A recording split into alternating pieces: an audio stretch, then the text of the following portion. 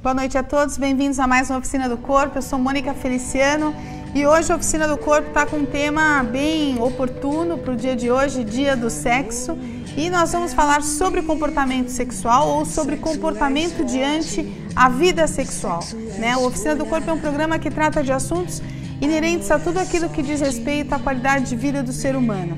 Alimentação, exercícios, relacionamento interpessoal, administração do estresse e lazer, cultura e recreação, tá?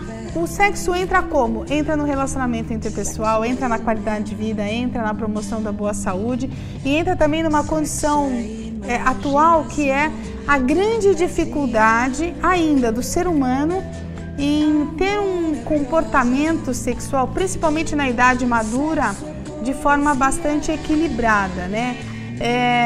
Nós aprendemos como um todo, de que o ideal seria escolher um parceiro, casar-se e ter aí essa pessoa como a única pessoa ideal, digamos, para que se trocasse carícias, para que se tivesse atividade sexual e para que acompanhasse pelo resto da vida.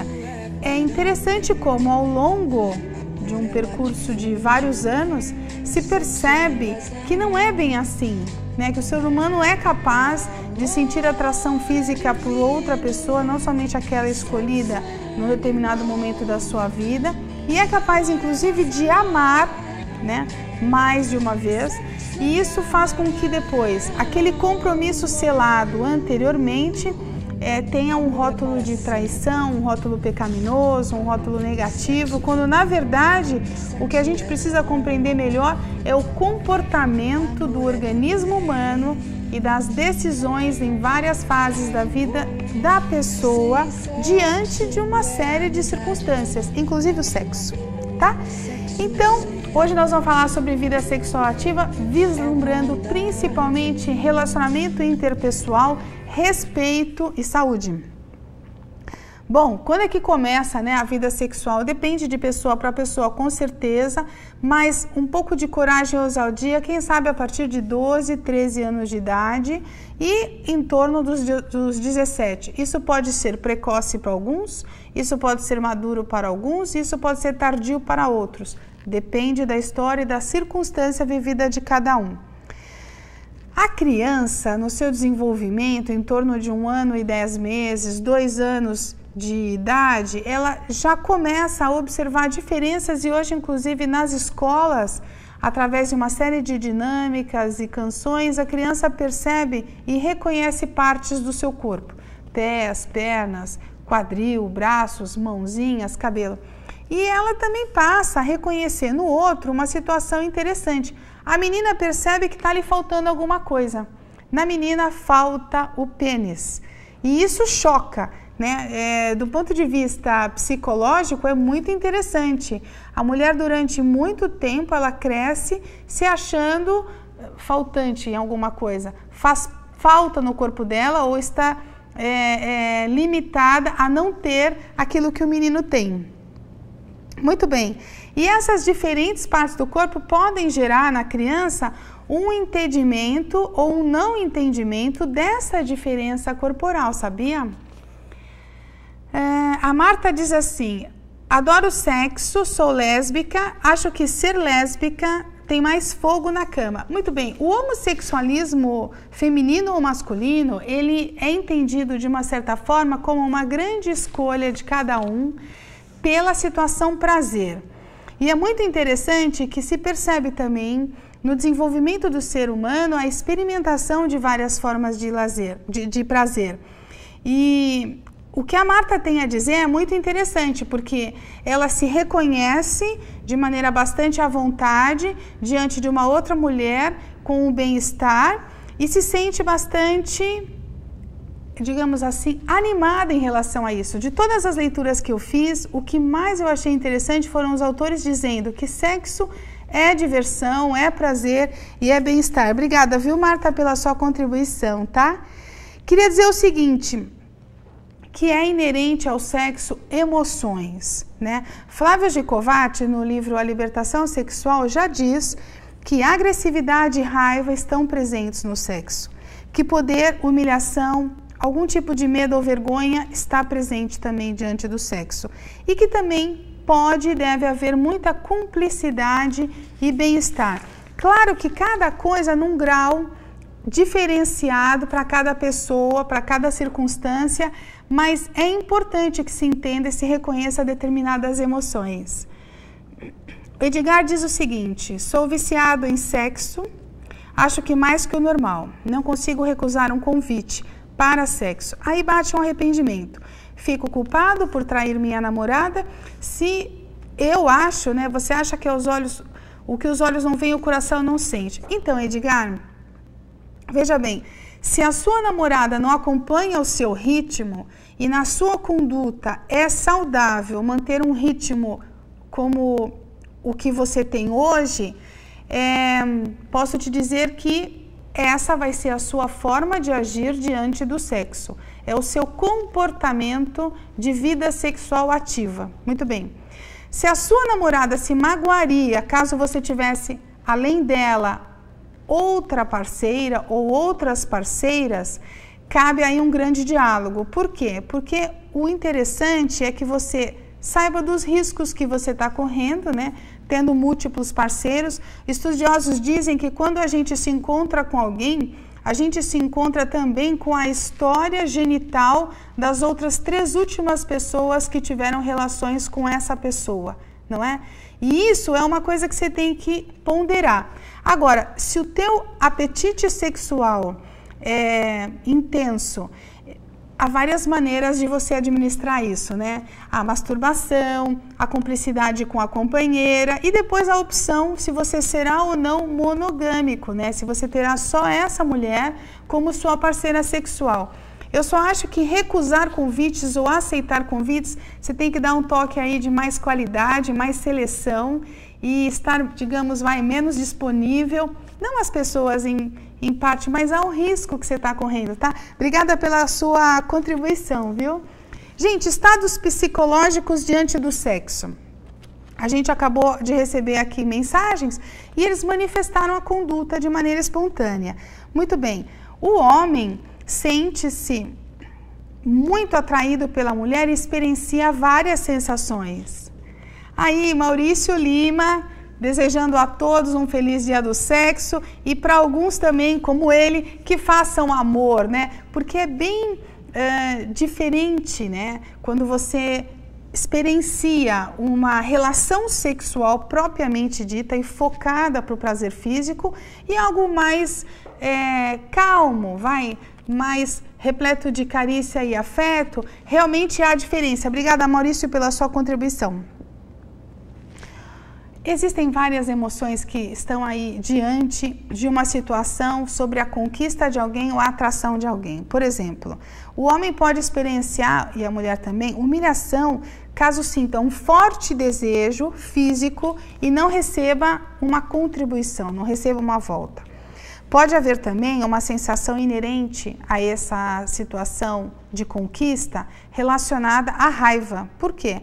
Porque, além disso, além da dificuldade em receber essa recíproca de uma determinada conquista de alguém, existe ainda a competição daqueles que estão em volta em, quem sabe, também desejarem a mesma pessoa.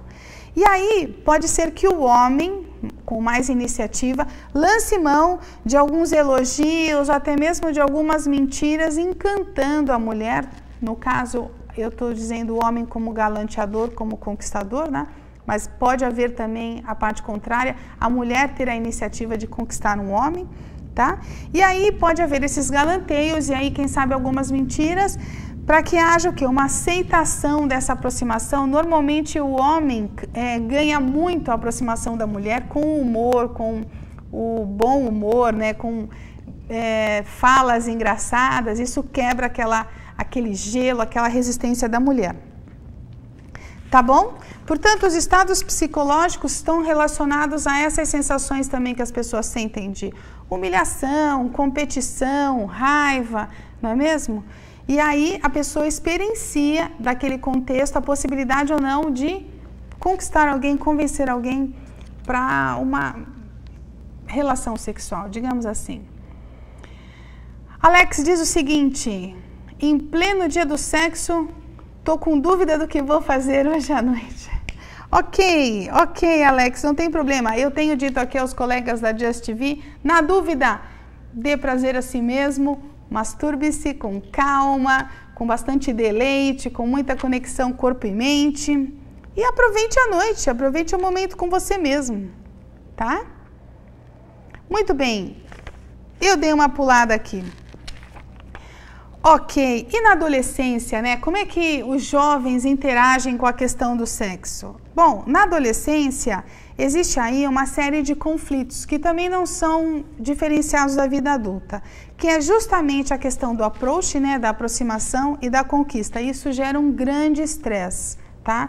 É algo realmente que envolve emocionalmente a pessoa. Agora, e quando o homem, por exemplo, conquista a mulher e promete telefonar no dia seguinte?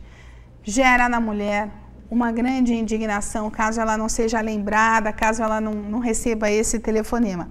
E aí, ela se sentirá enganada, usada, envergonhada e irá procurar reverter essa situação no homem, tentando devolver a ele a questão da humilhação.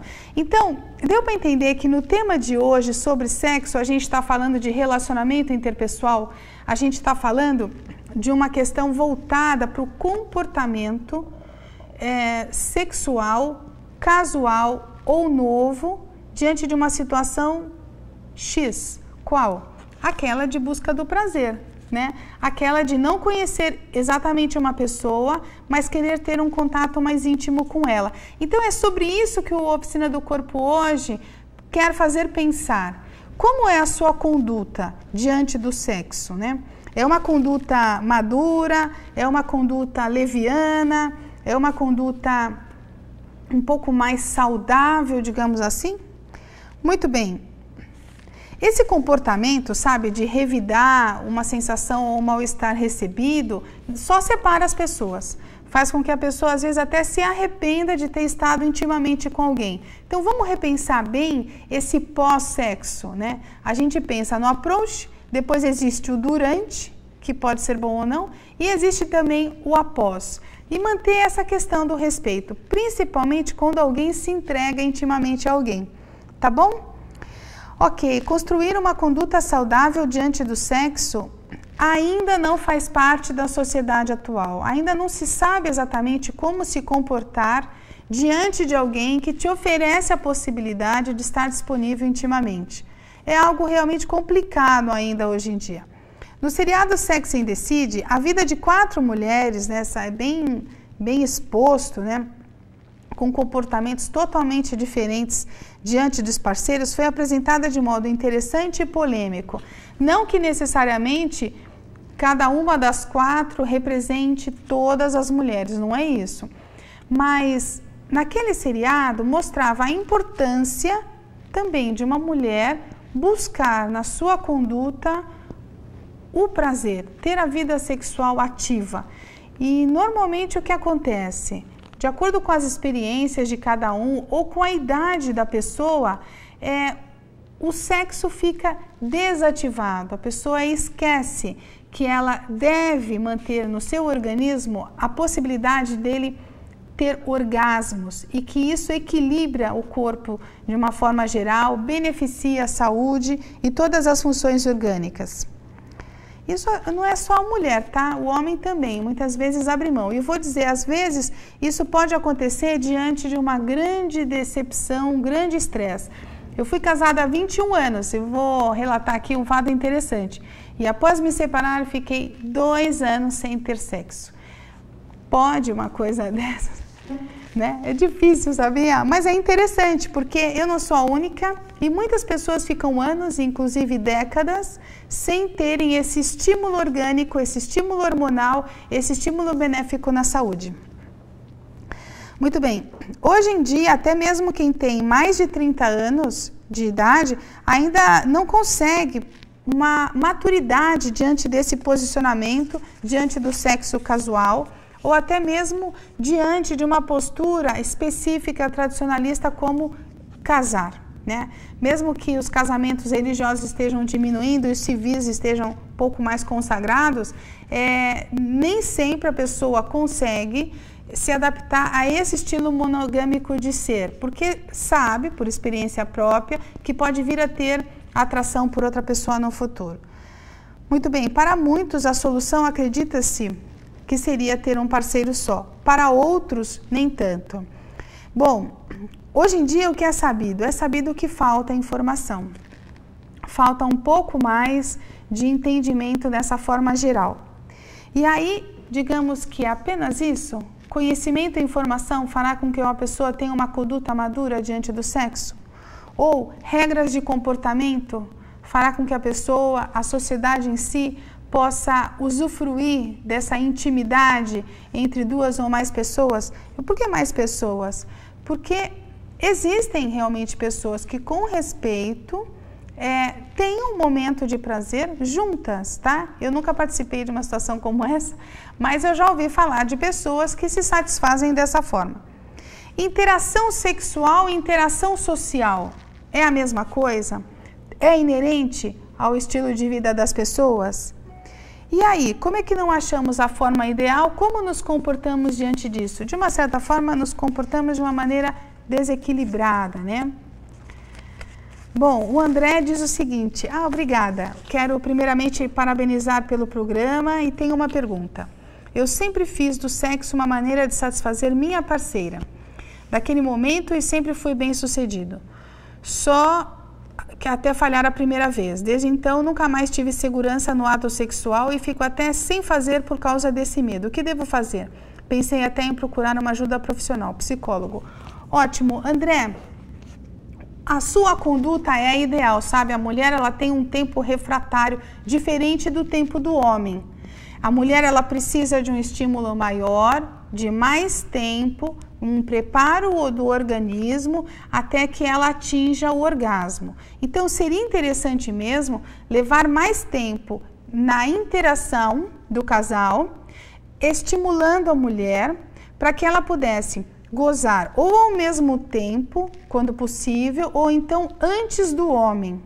Porque, inclusive, depois do orgasmo, existe uma situação totalmente diferente do organismo. O homem, ele entra num estado de relaxamento total e ele precisa até dormir ou descansar um pouco. A mulher, ela tem uma adrenalina ainda, uma sobrecarga de energia, uma impulsão após o orgasmo, e às vezes ela quer falar um pouco mais, ou quer conversar e quer ser um pouco mais acariciada, até que ela possa relaxar também.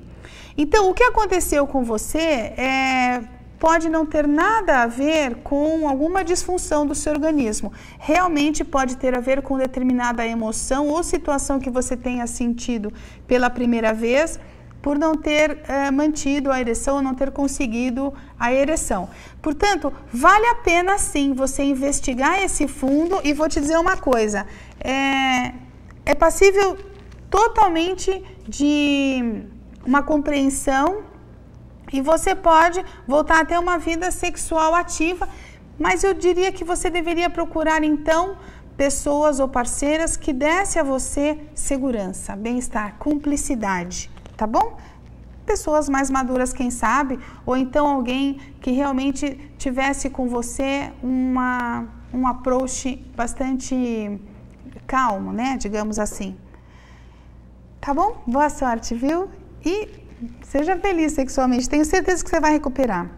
Muito bem, o que se deve fazer em relação ao sexo? Uma grande sugestão seria separar o sentimento da relação sexual. O que significa isso? Às vezes você tem um parceiro, tem uma pessoa e transmite para ele uma carência sua, uma dependência sua, considerando inclusive que aquela intimidade já significa um ato de amor. Isso não é certo, tá? Nem sempre ocorre dessa maneira, e para que não haja um desgaste entre as pessoas que estiveram juntas intimamente, separar sentimento é algo muito importante, tá?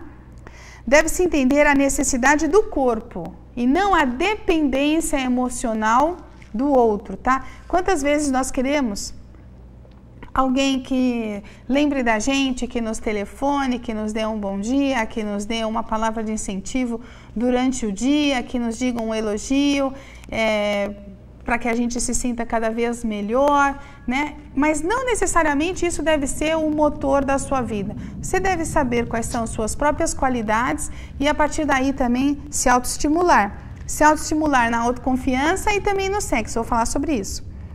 Devemos entender o seguinte, que não necessariamente o sexo significa diretamente compromisso, matrimônio, casamento. Né? Estar junto, matrimônio, casamento, dia a dia, requer uma cumplicidade muito grande, resolver problemas juntos, pagar contas juntos, limpar casa, lavar roupa, não apenas ter momentos de sexo. Mas vale a pena com que você encontre realmente um parceiro que lhe proporcione o quê? Bem-estar e prazer, né? De maneira respeitosa, de maneira bastante dentro de determinados limites, sem uma invasão muito grande da sua vida.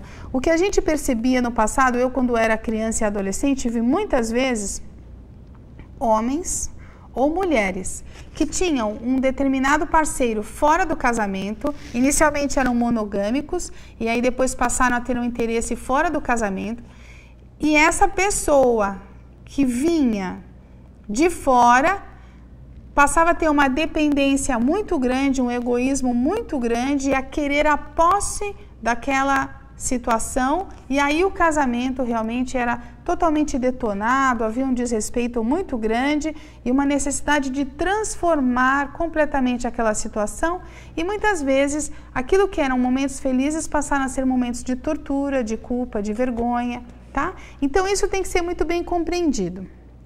Aí eu entro com o Flávio Gicovati, tá?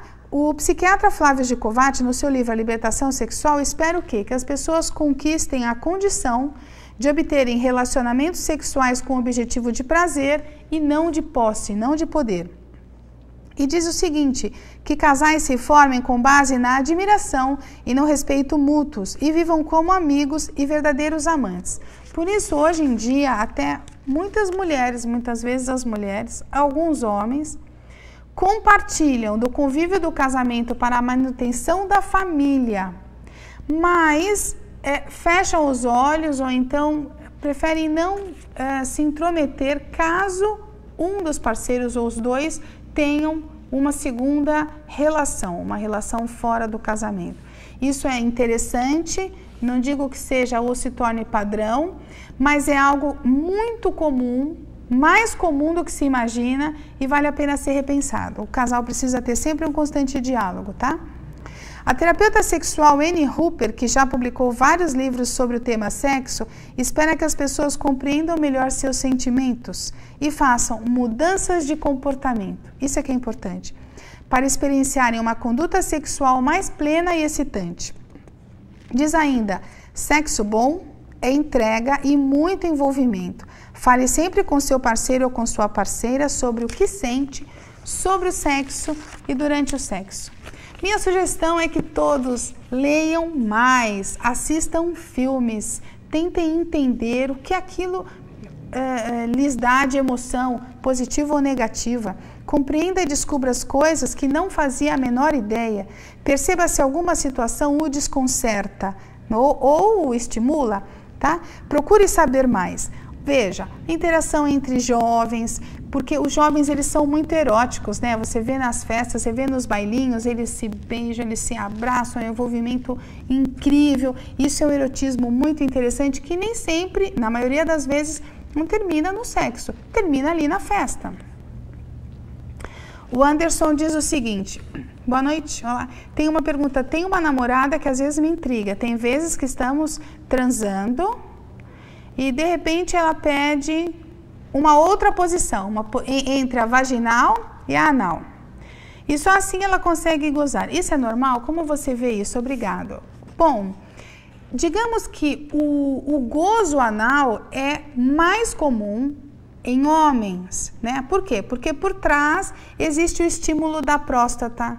E aí passa-se, segundo os estudiosos, né, passa-se a receber uma grande onda de prazer. Portanto, o sexo anal é prazeroso em homens, em mulheres não, nem tanto. Mas dependendo de como é o ponto G dela, o canal intervaginal dela, a constituição anatômica do corpo dela, pode ser que sim, que ela receba no seu ponto G um estímulo muito grande, diferente daquele que é o da penetração vaginal. Portanto, essa é uma característica do corpo dela.